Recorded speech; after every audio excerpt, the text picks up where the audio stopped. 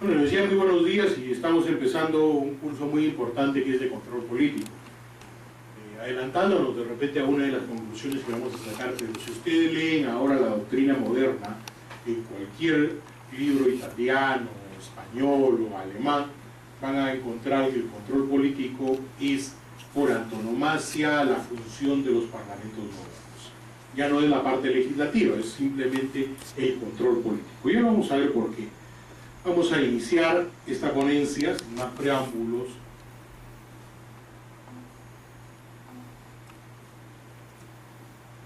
con el primer tema, que es la evolución del control parlamentario.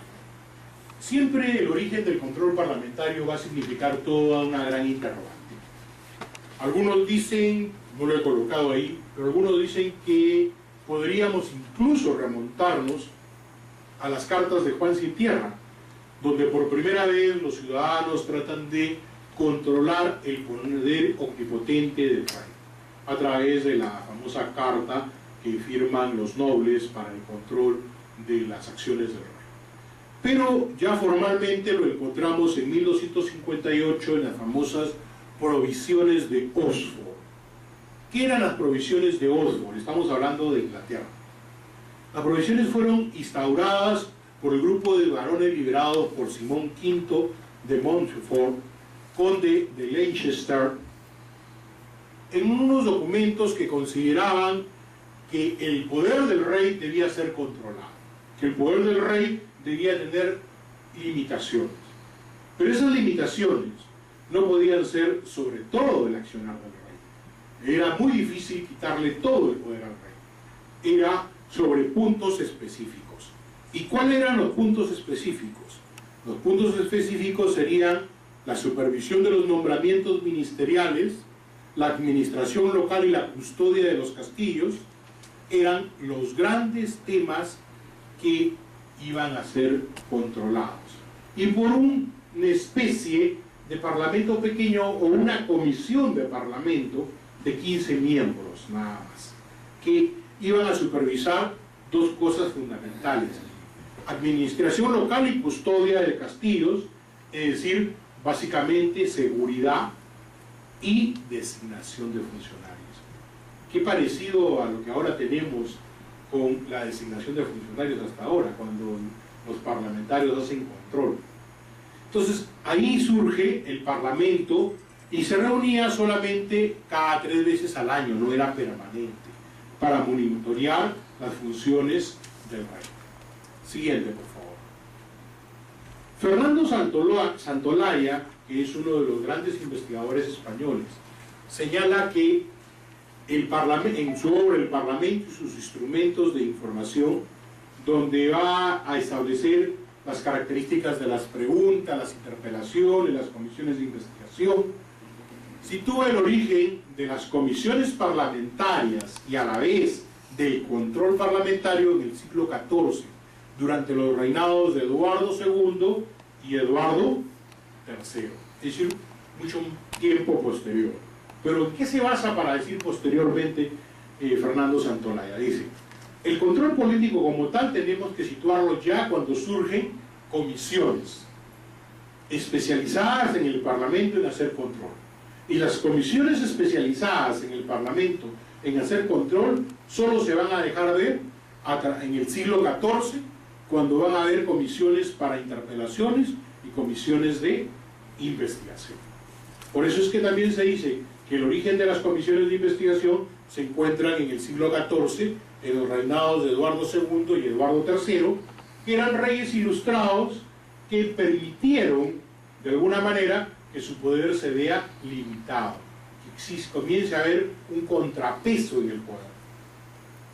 En la Ilustración, sin lugar a dudas, va a surgir ya la teoría de lo que va a ser el control político, que no es otra cosa que el control de los poderes del Estado. La antigua doctrina que surge en la Ilustración y que va a tener su máximo representante con Montesquieu, siempre hablamos solo de Montesquieu, su verdadero nombre, Charles Louis de Secondat, señor de la Bret y barón de Montesquieu, a su libro, para que lo tengan ahí como dato. Carlos Luis de Secondat, señor de la Brue y barón de Montesquieu.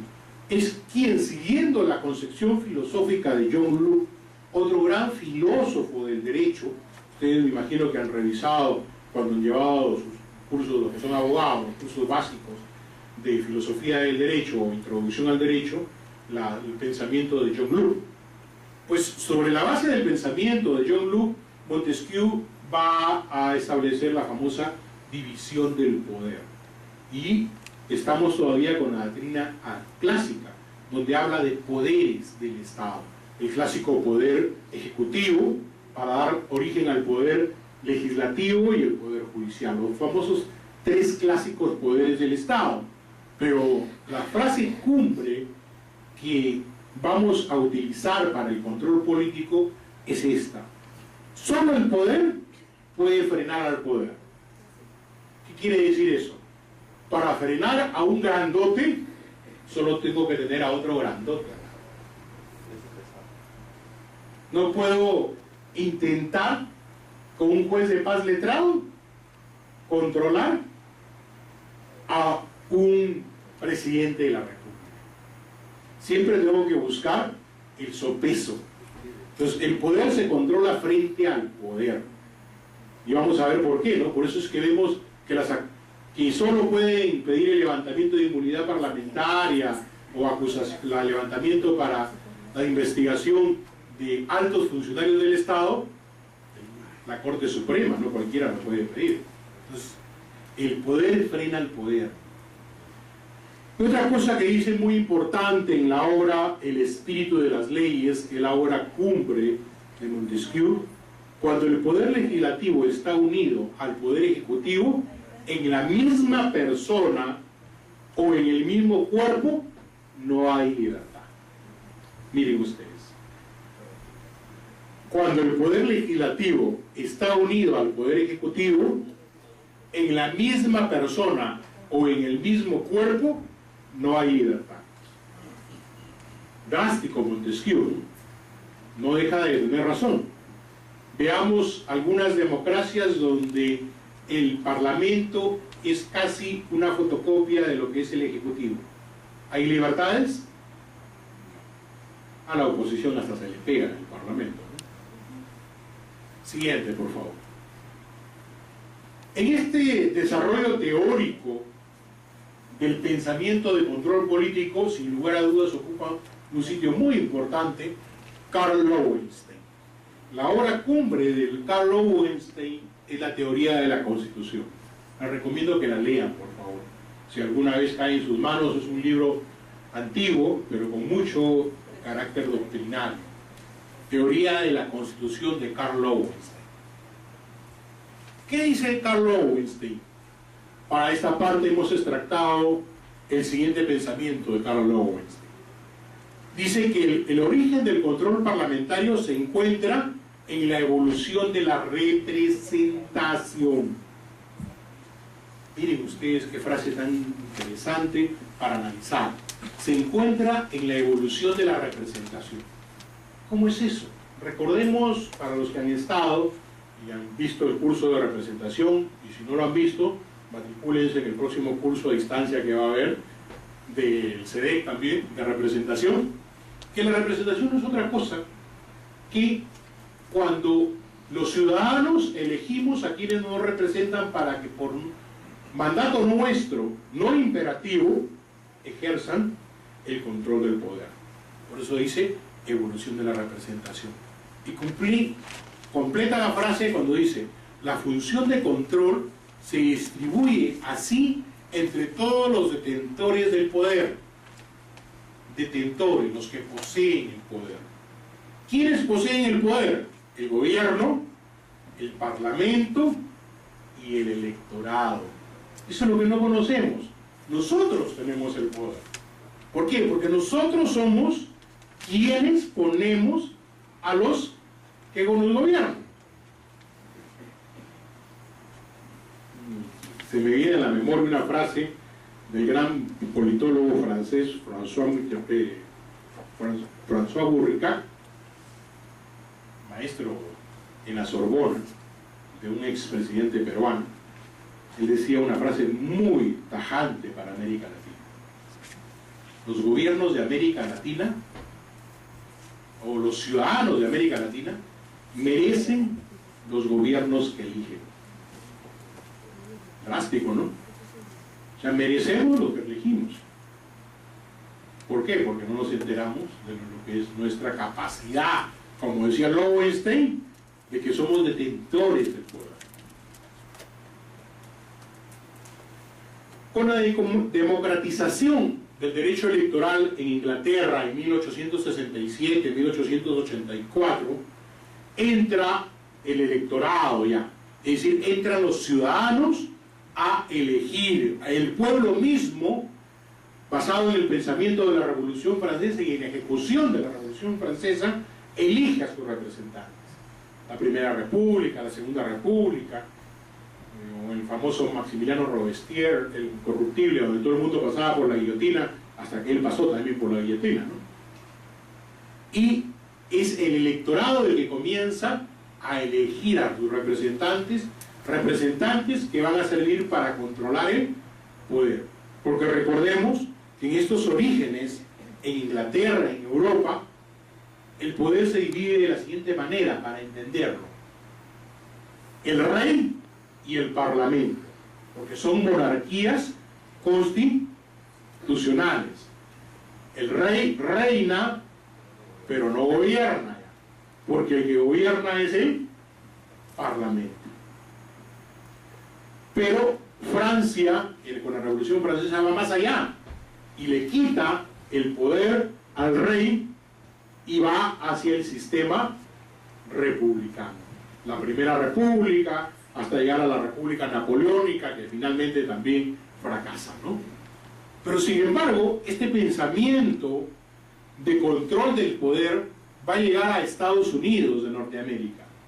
Todo el fenómeno de la Ilustración llega y va a llegar al pensamiento de los famosos padres fundadores: Smith, Jefferson, Washington, Sieyes, los grandes pensadores que hicieron toda la filosofía del sistema de gobierno norteamericano.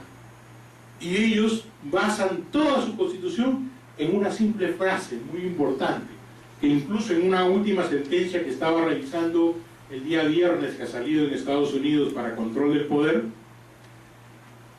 dice: los padres fundadores plasman en la Constitución el balance del poder, el check and balance en inglés, ¿no? El check and balance, el famoso equilibrio del poder.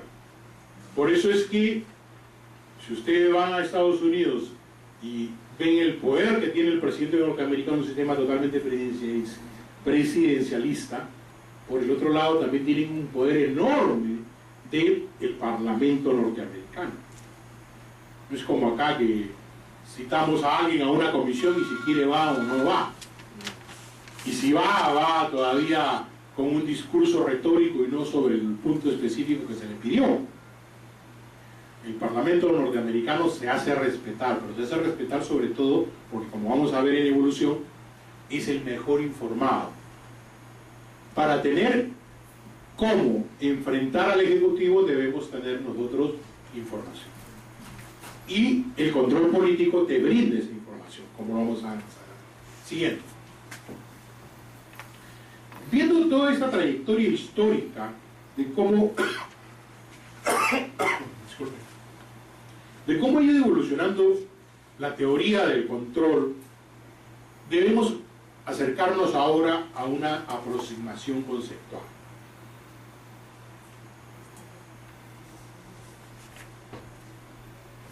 La teoría del control político definitivamente es omnipresente.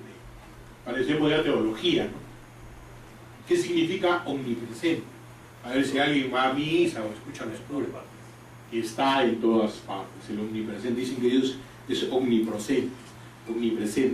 Que está en todas partes de la acción política del hombre, que está en todo el accionar del Estado democrático. Sin embargo, hay una multiplicidad de significaciones de este control político. Y esa multiplicidad de significaciones, es decir, de presentaciones, de cómo se presenta, es que surge multiplicidad de conceptos.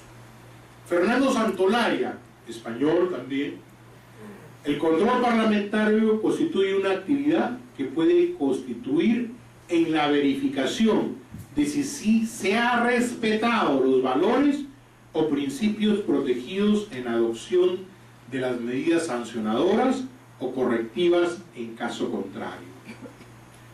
Varias cosas que Fernando Santolaya nos va a agregar ahí. Es producto también de su concepción filosófica después de la naturaleza del control político. Dice, actividad que sirve para verificar. ¿Qué verifica el Parlamento? Respeto de valores o principios protegidos. Valores constitucionales, principios instituidos en un Estado de Derecho, principios en los códigos civiles, en las normas, en los códigos penales. Y si no, ¿qué hacemos? Medidas sancionadoras o correctivas en caso contrario. Ojo, sancionadoras y correctivas. Es decir, está viendo el control como una sanción inmediata. Y es la etapa en que casi todos los parlamentos del mundo se han congelado, como lo vamos a ver. Ver al control político como sanción, nada más. ¿Será correcto eso? Lo veremos más adelante. Montero Guíbar y García Murillo, también españoles, pero de la corriente constitucionalista, dicen que y política, dicen que el control parlamentario responde a una idea simple y práctica. Los elegidos por el pueblo deben vigilar la dirección escogida por la política del Estado, a fin de mantenerla en la línea de lo que corresponde a lo requerido por la voluntad nacional. Para empezar, ya no habla nada de sanción. Simplemente dice que responde a la idea simple y práctica. Los elegidos por el pueblo deben vigilar, deben estar mirando si el gobierno cumple con los objetivos trazados, cumple con lo ofrecido, si se está desviando o no. ¿Para qué? Para darlo a conocer a la colectividad que finalmente fue quien expresó su voluntad. Siguiente, por favor. Vamos a tratar de hacer una aproximación conceptual. Este es un mix que he hecho de muchos más conceptos. Solo le he presentado dos conceptos de la doctrina española. Hay conceptos de la doctrina italiana, de la doctrina alemana. Les presento lo español porque es lo que más se asemeja a lo que es nuestra doctrina y nuestra corriente de influencia hacia el Perú. Pero, a ver, discúlpenme, este es mi mix que he hecho. Dice, toda actividad formal e informal. Ojo, el control no solo es formal, cumple ciertas normas, también es informal. ¿Cómo así? Dirán ustedes. Un parlamentario pasa por una avenida y ve a unos policías incumpliendo sus funciones o transgrediendo los derechos de los ciudadanos. Se baja e interviene. ¿Será una actividad formal? Es informal, pero ¿está cumpliendo su labor de control? ¿Por qué? Porque su investidura de parlamentario, por eso es que la conducta de un parlamentario no solamente es en las horas en las que está en el Parlamento, es durante todos sus 5 años que fueron elegidos. Porque la investidura no es que se saque el saco y ya deja de ser parlamentario. Lo persigue durante todo el tiempo. Y esa investidura le permite intervenir en todo momento.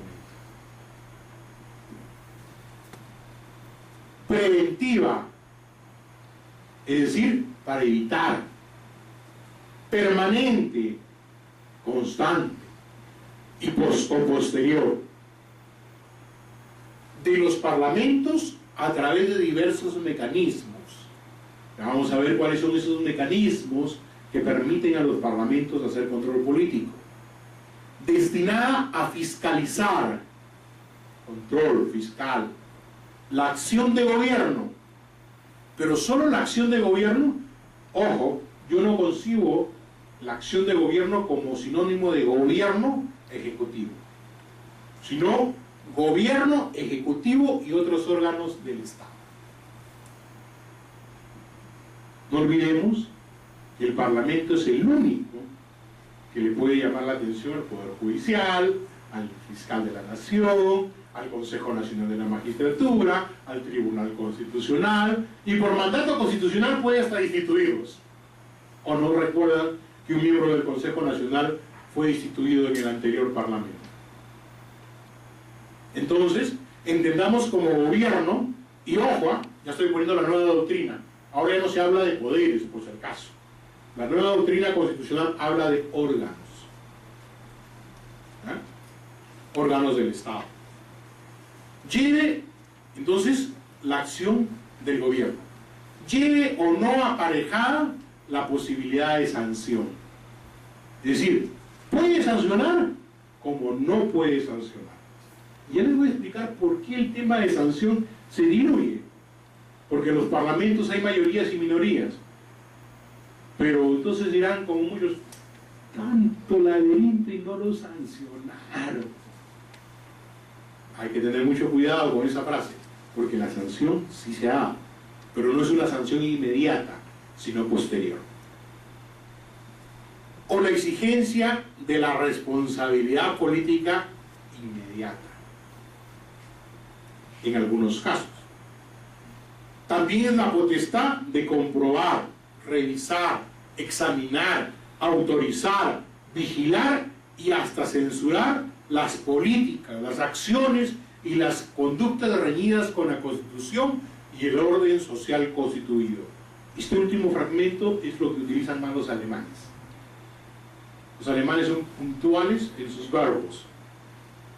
Así como nuestro Código Civil, artículo 140, que es el acto jurídico, y nos ponen 4 verbos rectores del acto jurídico, ¿se acuerdan? Estoy haciendo recordar ya el derecho civil.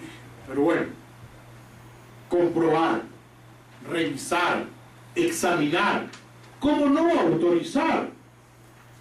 El Parlamento autoriza también. Autoriza viaje del presidente de la República, autoriza ingreso de tropas, autoriza aumento del presupuesto de la República, vigilar y hasta censurar políticas. Ojo, no solamente estamos hablando de los hombres como tales, sino de la concepción ideológica de una política pública y determinar si esa política pública es correcta o no. Acciones y conductas, que es lo que básicamente hace el Parlamento, no enfoca lo otro que es tan importante. Reñidas con la Constitución y el orden social constituido. Y como ya les había dicho, actualmente se dice que el control parlamentario es la función intrínseca de los parlamentos modernos, es la función propia de los parlamentos modernos. Parlamento moderno que no enfatiza en control político, parlamento moderno que va a ir decayendo poco a poco. Parlamentos donde el control político es fuerte, el parlamento es fuerte y respetado. El parlamento norteamericano es respetadísimo. Un funcionario va y se sienta delante de una comisión parlamentaria norteamericana y, como diríamos acá, se hace la típica. Porque el parlamento es fuerte, tiene todo un aparato de investigación detrás de él, de información, y además cumple acertadamente su check balance, la búsqueda del balance del poder. Entonces, esta famosa separación de poderes, ya inventada por Locke, diseñada inicialmente muy superficialmente por Locke y diseñada ya por Montesquieu, nos va a dar los contrapesos entre el legislativo y ejecutivo. El famoso, repito, check balance, contrapeso de poderes. Siguiente. Pero ¿cuál es el problema de los parlamentos? En los parlamentos no es uniforme. Hay mayorías y hay minorías. Son dos términos contundentes. Resto de que soy una minoría, a veces sí, a veces no, ya ese es manejo de la política. Pero ¿cómo se comportan las mayorías y las minorías en el tema del control político? ¿Qué es lo que vamos a analizar ahora? Por lo regular, el gobierno suele tener la dirección de la mayoría parlamentaria que lo sostiene. Aquí vamos a ir a un análisis que no lo he puesto ahí, pero que es importante diferenciar. En el mundo tenemos dos tipos de parlamentos, básicamente. No estoy hablando de unicameral y bicameral, no, nada de eso. Sino sistemas de gobierno donde el poder ejecutivo nace del parlamento. Estamos hablando del sistema parlamentarista, donde el parlamento elige al primer ministro. Y los sistemas presidencialistas, donde el parlamento sale con el presidente y por lo regular tiende a tener una mayoría parlamentaria.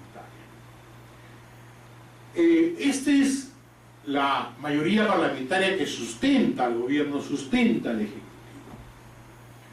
¿Qué es lo que sucede? Que en los sistemas parlamentaristas la evidencia es más directa. ¿Por qué? Porque ha salido, y por lo regular, es el jefe de bancada de la mayoría el que se convierte en el jefe de gobierno. Tuve la suerte de ver a Rajoy, el actual presidente español, presidente del Ejecutivo, es decir, porque él es primer ministro, en realidad, ¿no? Es un primer ministro. A Rajoy, cuando estaba en la oposición, y al otro lado estaba Zapatero. Entonces, ellos sí tienen una, como vamos a ver más adelante, 2 veces al mes hacen la famosa estación de preguntas. Y eso es ritual para ellos. Está en nuestro, como herencia española, la tenemos en nuestro reglamento, pero la cumplimos a la muerte de una golondrina, ¿no? Entonces, ¿qué pasa ahí? Que hay una identidad y por consiguiente la bancada que ha sumado los votos para poner a ese primer ministro es la bancada mayoritaria que va a defender las acciones del Ejecutivo. Y el resto será la minoría opositora. En parlamentos presidencialistas se eligen presidentes y se eligen parlamentarios por separado, pero muchas veces acompañados de la misma tendencia política. En nuestro caso ha habido muchas variantes en la elección, fundamentalmente de las mayorías parlamentarias. Veamos un poco una revisión de nuestra democracia. Segundo gobierno de Fernando Belaúnde, una mayoría parlamentaria que acompañó a Fernando Belaúnde y que, para ser más significativa, hizo una alianza y terminó con el PPC siendo una mayor mayoría en el Parlamento. El gobierno de García Pérez tuvo una mayoría aplastante en ambas cámaras. La minoría era mínima. Gobierno de Fujimori, el 90, no tenía mayoría en el Parlamento. La oposición era mayoría a ellos y no supieron construir mayorías, no supieron construir alianzas. Se crearon ciertas condiciones, conclusión 5 de abril. Cae el Parlamento y se elige posteriormente un Parlamento donde va a tener mayoría absoluta. Siguiente gobierno, de Fujimori nuevamente, mayoría aplastante. Siguiente gobierno, mayoría aplastante, pero cae. Y aquí un dicho que siempre he recalcado para los que piensan siempre perpetuarse en el poder. La historia es la más sabia y debemos revisarla. Napoleón no revisó la historia, invadió en la peor época a Rusia y fracasó. Hitler no revisó la historia y nuevamente en la peor época invadió Rusia sin revisar lo que le había pasado a Napoleón y nuevamente fracasó. Historia peruana. No existe en el Perú gobierno que haya pasado consecutivamente los 11 años. El gobierno más largo que hemos tenido en la historia peruana es Augusto Bernardino Leguía, Chiclayo. O sea, casi. Mi paisano. Consecutivamente. Sí, no estoy hablando consecutivamente. Consecutivamente. Esa es la... Parecía que Fujimori iba a ser más largo. No llegó ni siquiera a los 11 años. Fueron 10 años, 6 meses, algo así, 4 meses. ¿Ya? Y quedó. Entonces, siempre revisen la historia. Dicen que el pueblo peruano no aguanta más. Bueno, el asunto es que después de eso, gobierno de García, Toledo, no tenía una mayoría, pero no mayoría absoluta. Para hacer mayoría absoluta, hace con él. García llega nuevamente al gobierno y no tenía mayoría. Era la primera de las minorías. Porque a diferencia de Toledo, que sí tuvo una buena cantidad de representantes, García solo tuvo 26 parlamentarios en su segundo gobierno. Perdón, 29 parlamentarios. Entonces, tuvo que negociar siempre con diversos aliados, no hubo una alianza específica. Y nuevamente ahora Ollanta, para dar una mayoría que sustente al gobierno, ha tenido que buscar una alianza, a pesar de tener sí ser la primera mayoría. Esto nos ha enseñado a los peruanos que los parlamentos buscan hacer alianzas para tener mayorías. Pero, ¿qué se espera de la mayoría y qué se espera de la minoría? La mayoría se deberá esperar más bien el apoyo público a la acción de gobierno. Pero, ¿ustedes no creen que las mayorías tienen también sus problemas? ¿Tienen sus bemoles al interior? Tienen sus problemas. Sobre todo por la diversidad geográfica del país. Dice, yo soy mayoría, soy del gobierno, soy de Tangamandapio, y a Tangamandapio no le dan ni nada. Entonces, la diferencia está en que en vez de la minoría que sale a reclamar a un medio de comunicación, a salir a reclamar a las calles, internamente va y le dice, presidente, ya pues acuérdate de Tangamandapio, ¿no? Yo también cuento, soy un voto más en el Parlamento. Es decir, los condicionamientos son internos y directos hacia los accionantes del poder. Esa es la diferencia con las minorías. Son previsiones y consultas en privados en el gobierno. Y es importante aquí otra cosa, que las mayorías deben ser, entre comillas, las mejores informadas de las acciones de sus ejecutivos. Nadie defiende lo que no conoce. Porque si no, sales a decir cualquier cosa y después dicen, no, pero no era así, no, es que todavía no recibía la información. Y se ve pésimo ante la opinión pública. Eso se llama descoordinación de fuerzas. El papel de la mayoría, y esto es algo que no se cumple en el Perú, el papel de la mayoría no es impedir el control. Eso es lo que dice la doctrina pura de la... Entonces, ¿qué es lo que busca la mayoría? Evitar las consecuencias negativas de ese control. ¿Y por qué los doctrinarios dirán que la mayoría, si yo tengo mayoría, ¿por qué debo evitar el control? ¿Por qué? Porque si yo niego el control, el daño político es más grande que haciendo el control. Me explico. Vamos a investigarlo al señor. Ustedes son mayoría y dicen, no, ahí no. ¿Pero por qué no?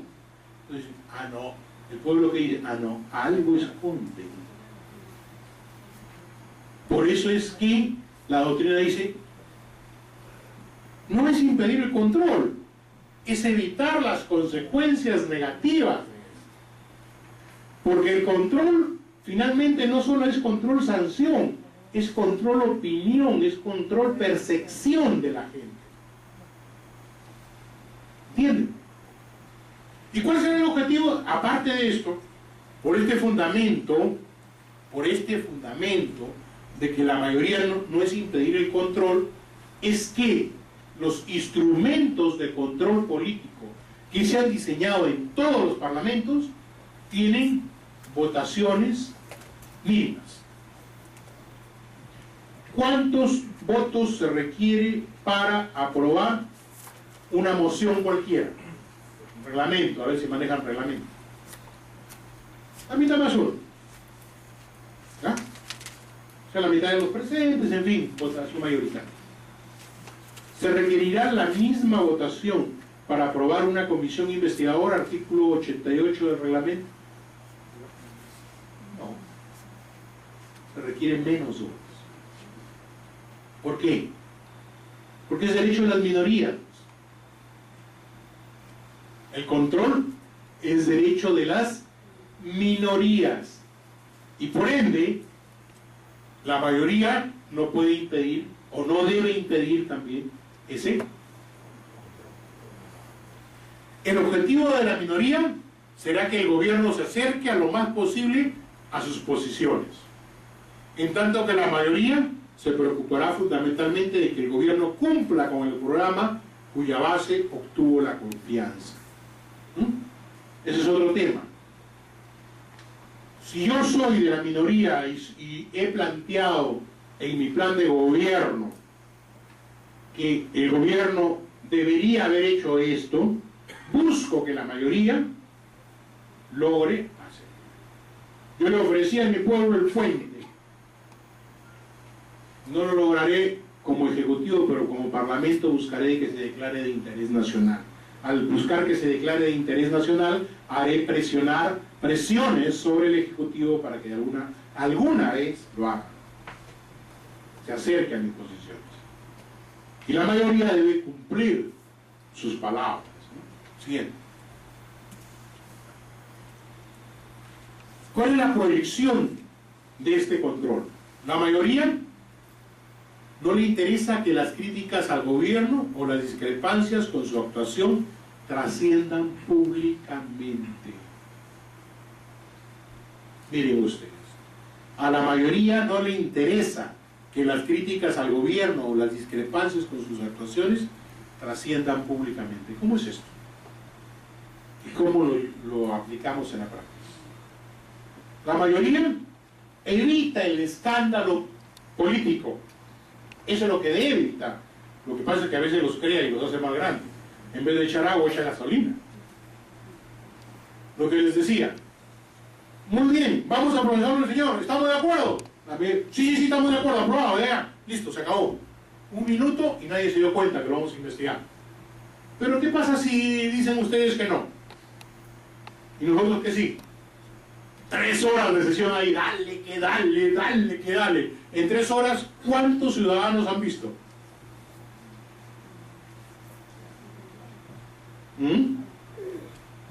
Entonces, ¿estamos cumpliendo el rol de la mayoría? ¿Evitar de que trascienda? No. Estamos haciéndole el juego a la minoría.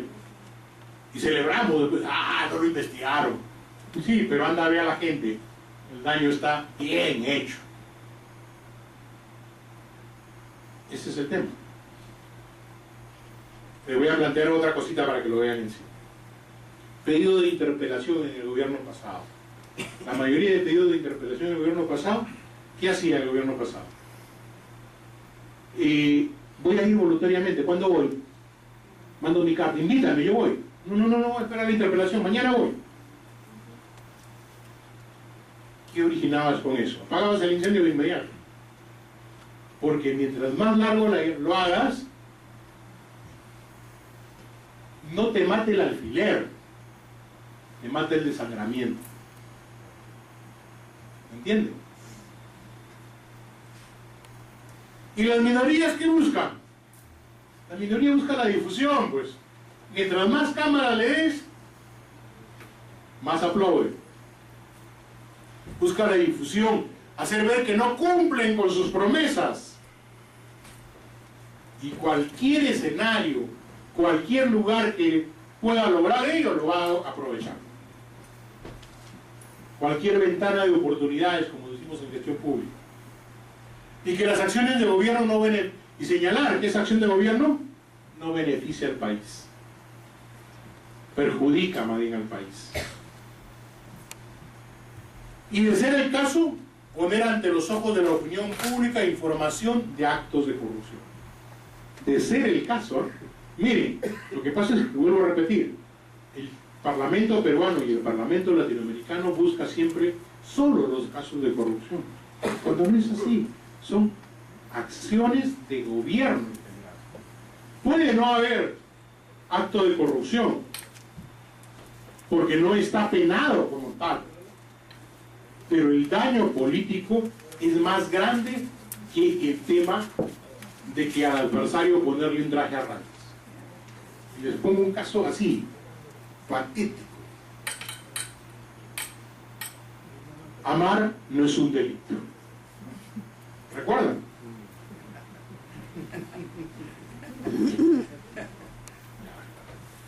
Fue la famosa frase de un vicepresidente peruano cuando favoreció a sus casi suegro, porque no era en ese momento su suegro y por consiguiente no era delito, no había infracción legal, pero era una acción de gobierno, pues, que originó el daño tan grande que tuvo que renunciar hasta ser vicepresidente. ¿Entienden ahora? Hay una frase muy bonita también que dice: mi reino por un amor. No es mía, es de un rey justamente. Las minorías, que ya hemos visto. Por eso es que Aragón Reyes dice: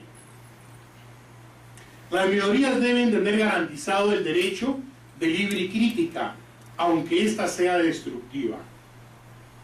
Esa es la libertad que gozan los parlamentos. Pero cuando te dejan hablar, cuando te apagan los micros, te cae de golpe, te patean y te sacan del parlamento, ya pues es otra cosa, ¿no? Ya ustedes saben a qué me estoy refiriendo. Cualquier similitud con otro país es pura coincidencia. Ahora, las votaciones. Este es otro tema. Ahí es donde les decía, ¿no? Tanto bochinche, tanto escándalo, y al final perdieron la votación. ¡Ja, ja, ja, ja!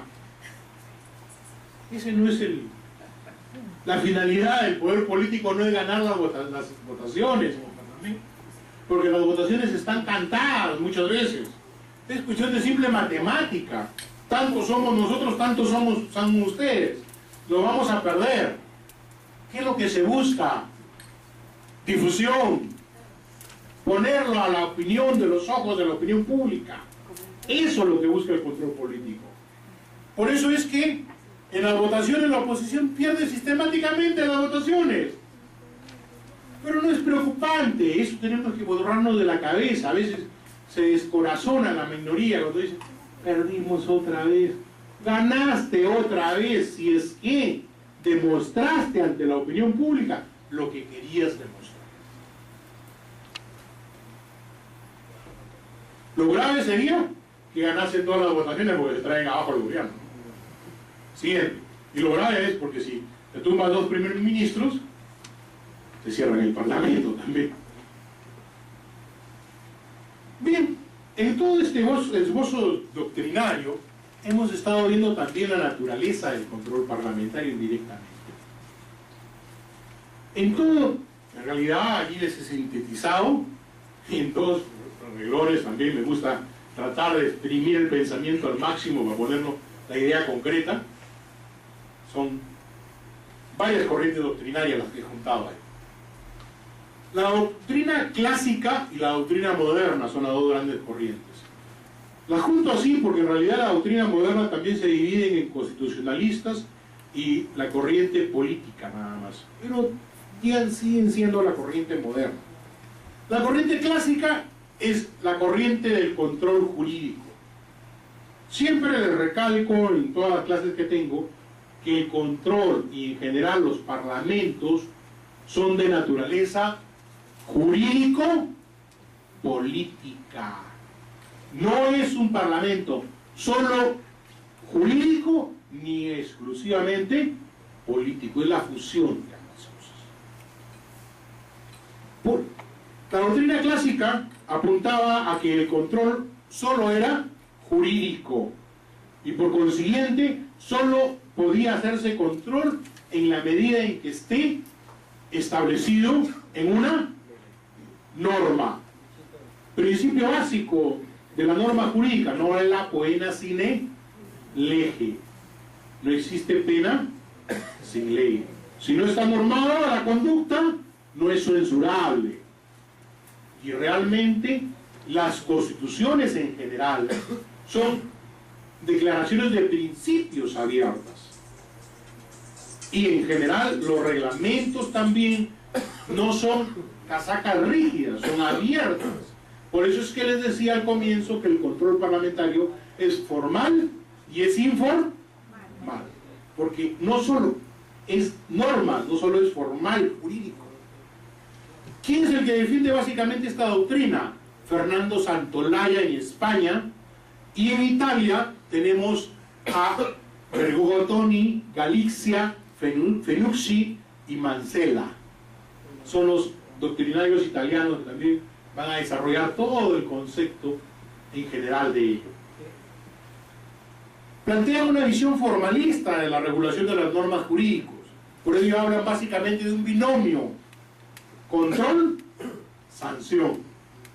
Controlo porque para esa conducta que estoy controlando hay una determinada sanción. Si fuera todo así, yo les pregunto,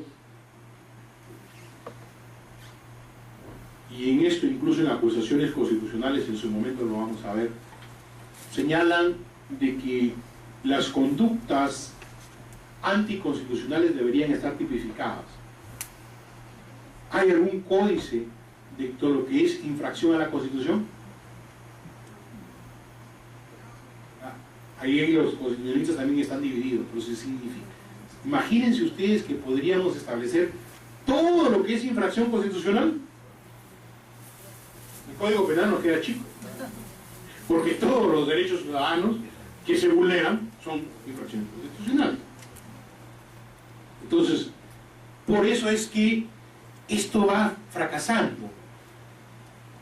Solamente era, y lamentablemente, vuelvo a repetir, esa es la costumbre que nos ha quedado en los parlamentos latinoamericanos. Control, sanción. Controlo para buscar acusarte de algo. No necesariamente es eso, porque en esa aventura muchas veces fracasamos. Y el efecto, entonces, ¿qué buscamos? Un efecto inmediato. Por eso es que se sienten fracasados si no acusan, lo cual no es correcto. No existe control sin sanción, es la máxima que podría decir a esta corriente. El procedimiento jurídico lo da la Constitución y el reglamento, básicamente. Si no está en la Constitución y en el reglamento, no hay procedimiento, dicen ahí. ¿Qué es lo que dice la doctrina moderna? Llamada también la doctrina del control político, ya no control jurídico. El control es político, ya no exclusivamente jurídico. ¿Quiénes están ahí? Aragón Reyes, Rubio Llorente, Alvarado Gutiérrez, Gorrera Morales. Los efectos no serán directos, sino efectos indirectos, lo que conocemos como responsabilidad política difusa. Es el concepto que más me gusta y es el concepto que debemos actualizar nuestras mentes para aplicarlo en los parlamentos. Responsabilidad política difusa. Montero Viver y García Murillo juntan sus ideas y plantean esta frase: la responsabilidad política difusa es una responsabilidad política sin manifestaciones parlamentarias ni institucionales, pero susceptible de debilitar e incluso derribar al gobierno, aun cuando no se formalice jurídicamente. Miren ustedes, ¿por qué? Porque si, aquí voy, esta es una frase mía, el control político lo que busca es correr a la cortina, correr ese velo del secretismo para que los ciudadanos, que son ustedes, vean las acciones y actos del gobierno. ¿Y cuándo van a juzgar ustedes? Cuando voten. Por eso es difuso, posterior, ulterior, no en el momento. Ese es el control político. Por eso es que dice, no interesa que nos sancionemos ahorita, vamos a sancionar posteriormente. Estamos trabajando el desgaste político. Ese es el verdadero rol del control político. Pero no todo tiene que ser político, porque en ese afán político de desgaste del adversario, no enemigo, adversario, eso es otro término que tenemos que siempre revisar en política. El enemigo es en el campo de batalla, en política es adversario, porque el enemigo que buscas, eliminarlo, matarlo. Al adversario simplemente buscas derrotarlo. ¿Ah? ¿Qué dice este concepto de Manuel Aragón que complementa el tema de la política difusa? El control parlamentario es un fenómeno de naturaleza política, es decir, reconoce lo que dicen nosotros, naturaleza política, pero susceptible de análisis jurídico. O sea, no es pamplinas nada más, no es verborrea nada más, es con contenido jurídico. Como cualquier otra realidad material, pero con eficacia política. Estos son, Manuel Aragón y los que lo siguen, son los llamados derecho político constitucional. ¿Por qué? Porque terminan en esta frase que he puesto ahí: el control parlamentario no puede ser solo político, debe garantizar los derechos constitucionales. Yo no puedo acusar y acusar y acusar a una persona sin darle el derecho a la legítima defensa, garantía constitucional. Yo no le puedo decir acá al amigo que lo estamos investigando: ven, siéntate aquí durante la investigación, si antes no le he dicho de qué lo estoy investigando. Debido proceso, garantías mínimas, y eso es lo que tenemos que meternos en la cabeza. Eso es incuestionable. Puedo tener todas las razones del mundo, pero si no he cumplido el debido proceso, estoy mal. Les voy a poner un ejemplo. que es discúlpenme que yo mismo me catalogue, de mi mala praxis profesional cuando ejercía la defensa libre allá en mi Chiclayo querido. Yo defendía el derecho administrativo. Entonces, llega una persona y comienza a revisar, y con el funcionario al lado le digo, pero bueno, oye, aquí no hay nada que darle. Dime, sí. No me digas que no, porque las cosas mandan. Y sí, le habían hecho un proceso de auditoría y efectivamente frito el pescadito. Pero como el abogado debe garantizar los derechos constitucionales, digo, ¿y quién ha firmado el informe de auditoría? La contadora XYZ. Perfecto. Marcelino, que era mi asistente, ven, anda al colegio de contadores ahorita y verifícame si está al día, está habilitada. Regresa y me dice, doctora, acá está la constancia, no está habilitada desde hace 3 años. Un escrito de una hoja, un informe de auditoría nulo por haber sido hecho por profesional no habilitado e incompetente para eso. Debido proceso. No tuvieron otra cosa que tumbarse el informe de auditoría. Cuando volvieron a hacer otro informe de auditoría ya habían saneado lo que tenía que sanearse. Con eso les quiero significar lo que estoy diciendo. Nos guste o no, así el hombre sea recontraculpable, hay que saber hacer las cosas. Porque esas fallas procesales son las que tumban todo un proceso. Malas acciones borran buenas intenciones. Y por más mayoría que tengamos, no olvidemos que estamos en la época del chambalancing, ya no entre solamente legislativo y ejecutivo, el chambalancing ahora de los órganos del Estado. Esa es la tendencia moderna ahora, el chambalancing de todos los órganos del Estado. ¿Cómo así, doctor Chirinos? Todos los órganos del Estado se hacen control. Nosotros podemos aquí, nos ponemos de acuerdo ya, mayoría ya, a la cárcel, listo, va el informe. Allá dicen, oye, ¿lo has citado? No. ¿Le dijiste sobre qué lo ibas a investigar? No. ¿Le permitiste ejercer su derecho de defensa? No. Manda esto al tacho de basura, no sirve. ¿De qué sirvió nuestra mayoría?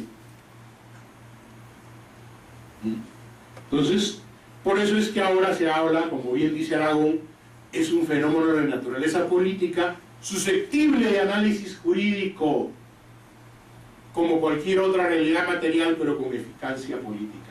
Y lo complemento, esa frasecita final es mía: el control parlamentario no puede ser solo político, debe garantizar los derechos constitucionales. ¿Correcto? Esas es las doctrinas modernas de lo que es control político. Siguiente, por favor. Clasificación del control político. Hay varias teorías de clasificación del control político en el extranjero, pero aquí, como el control tiende mucho a ser cómo está estructurado sus estados a través de su constitución, he querido traer básicamente lo que ha establecido la doctrina peruana. César Landa, en su trabajo Control Parlamentario, Mecanismos de Coordinación entre el Poder Legislativo y el Poder Ejecutivo, presenta esa clasificación. ¿Qué es? Control preventivo está basado en los mecanismos de coordinación y control en la formación del gobierno. ¿Cuándo tenemos control preventivo en nuestra Constitución? Miren, nosotros tenemos un mix medio raro, por eso es que a veces me incluyo, leemos mucho la doctrina española, y al leer mucho la doctrina española y la inglesa, asimilamos algunas instituciones medidas raras en nuestra institucionalidad política. Si somos un sistema presidencialista, donde el presidente es quien elige al primer ministro y elige a sus ministros, ¿qué necesidad hay de que este primer ministro sea ratificado por el Parlamento?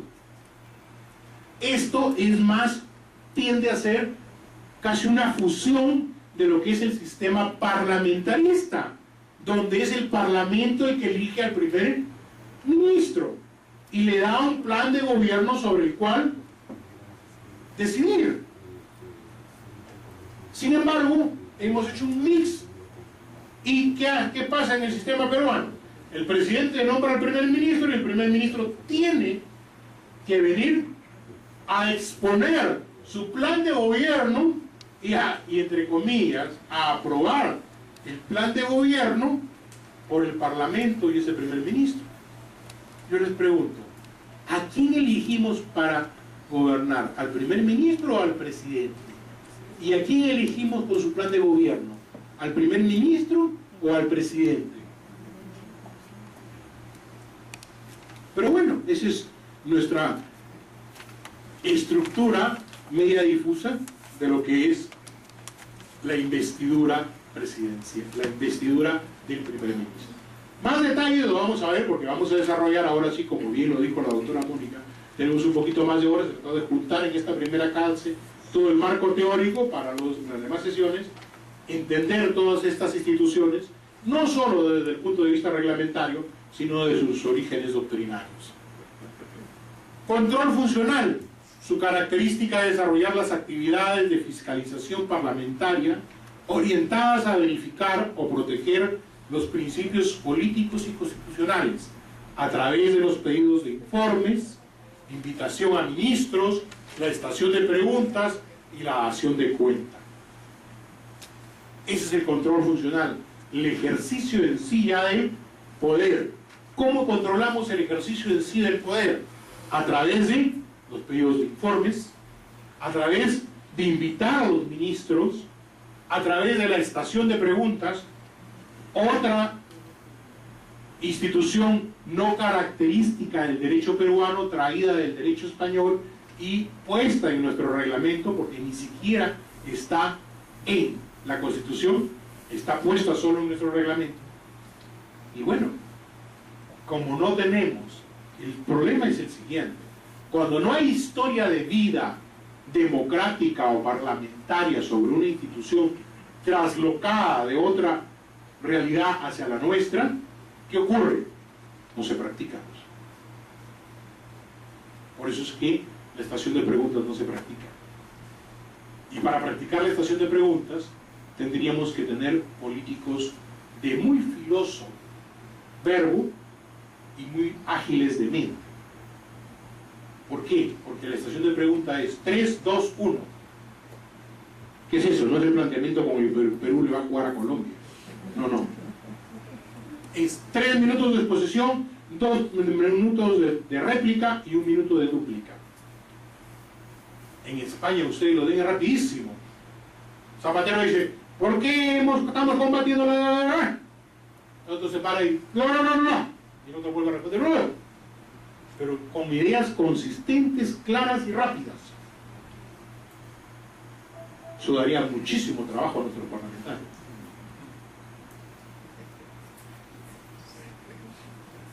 Control represivo. Es el que organiza y pone en funcionamiento su tarea de función controladora, de investigación y de sanción. Se realiza a través de las comisiones investigadoras, el antejuicio político, la interpelación y la censura. Ahí ya es para obtener consecuencias.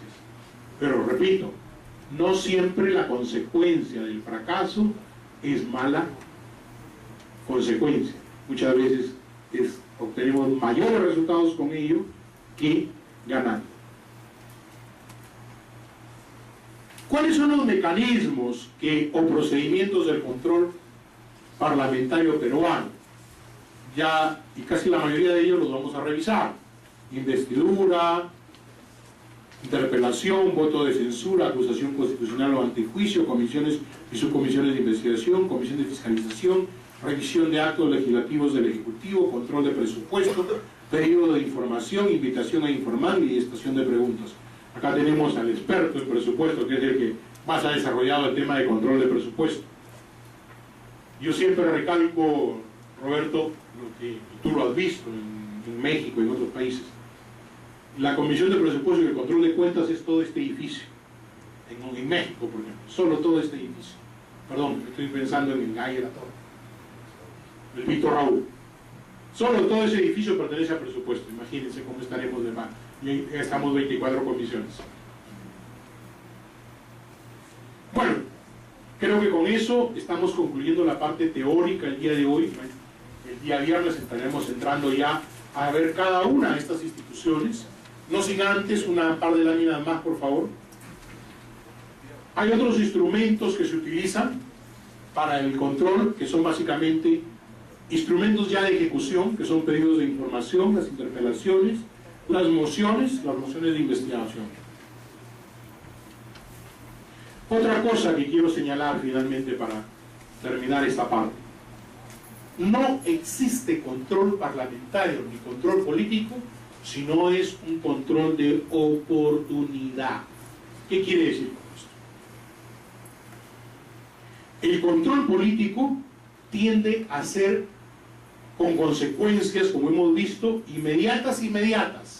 Es decir, consecuencias en el instante desde el punto de vista del control solo jurídico y control y consecuencias posteriores desde la perspectiva moderna de la concepción del control, que es una concepción del control difuso política, pero ambas tienen que darse en su oportunidad, porque si no se dan en su oportunidad, pierden significado ante los ojos de la ciudadanía. Después de muchos años, hemos terminado un informe de Forsur. No tiene sentido de oportunidad ese informe. Ha sido aprobado en todo el contexto que quieran, pero ya no hay principio de oportunidad. Y como siempre diré, y hay algo que no he revisado todavía el informe, ojalá esté, el problema de Forsur nace por el análisis, debemos analizar el tema de política pública.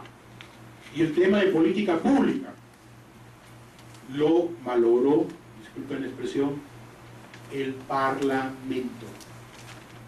Porque el proyecto del Ejecutivo fue una autoridad fuerte de reconstrucción. Y el Parlamento creó todo un comité y hizo participar al alcalde distrital, al alcalde provincial, gobierno regional. Todos participaban, nadie era responsable. Problema de política pública. No, en los comentarios que vi ese día en el debate, no he visto en ningún momento que hayan hecho el comentario de política pública. ¿Por qué? Porque debemos aprender de nuestros errores. Yo, disculpen, nada gano con nuestro investigado de todo el día de meterlo preso a él si la política pública la vamos a repetir si mañana o pasado hay otro sismo. La conclusión que debemos sacar de todo esto es: esa política pública fracasó. Debemos diseñar una nueva política pública cuando tengamos un desastre de esa naturaleza. Y la historia nos enseña cuáles han sido las políticas públicas que han funcionado en el mundo para reconstruir. Unidad de responsable de una sola persona o un pequeño comité que ejecutaba, y sobre eso son los únicos que tienes que juzgar finalmente si lo hacen o no lo hacen. La mayor reconstrucción es la reconstrucción de Japón. La hizo Estados Unidos, se le encargó un solo hombre, Mahal. Y después le echaron la culpa porque no reconstruyó también. Pero bueno. Entonces, volvemos al tema. Es un control de oportunidad. Si no es un control oportuno, servirá para los anales de la historia, pero ya no para los efectos jurídicos. Y les vuelvo a repetir por qué. Mire, para que saquen ustedes conclusiones. Y vuelvo a coger Forsur. Muchos de ellos, de los alcaldes que trabajaron en esa época, o ya no son alcaldes, o se reeligieron. Entonces, estamos aprobando un informe después de cuándo se va a cumplir entonces el efecto mediato de que el ciudadano con su voto expresa. Ya es demasiado tarde. Por eso es que las mayorías a veces buscan control de daños, como hemos visto. ¿Por qué? Que salga la información después de qué? Después de las elecciones, pues, mis queridos amigos, para que no sea oportuno y no haga daño. ¿Entiende? Por eso ese principio de oportunidad de los informes. Y bueno, quiero dejarlos finalmente con la frase que engloba todo de mi gran maestro Giovanni Sartori. El Parlamento es indispensable no solo por lo que hace, sino por lo que hace hacer o impide hacer a los gobernantes. Por el solo hecho de existir, el Parlamento condiciona el poder. Creo que ahí estamos englobando todo lo que dijo Karl Lowenstein, lo que dijo Montesquieu, lo que han dicho Guibert y Montero. Todo se sintetiza en ello. El Parlamento hace hacer, no hacer, condiciona el poder. Muchísimas gracias, nos vemos la próxima clase.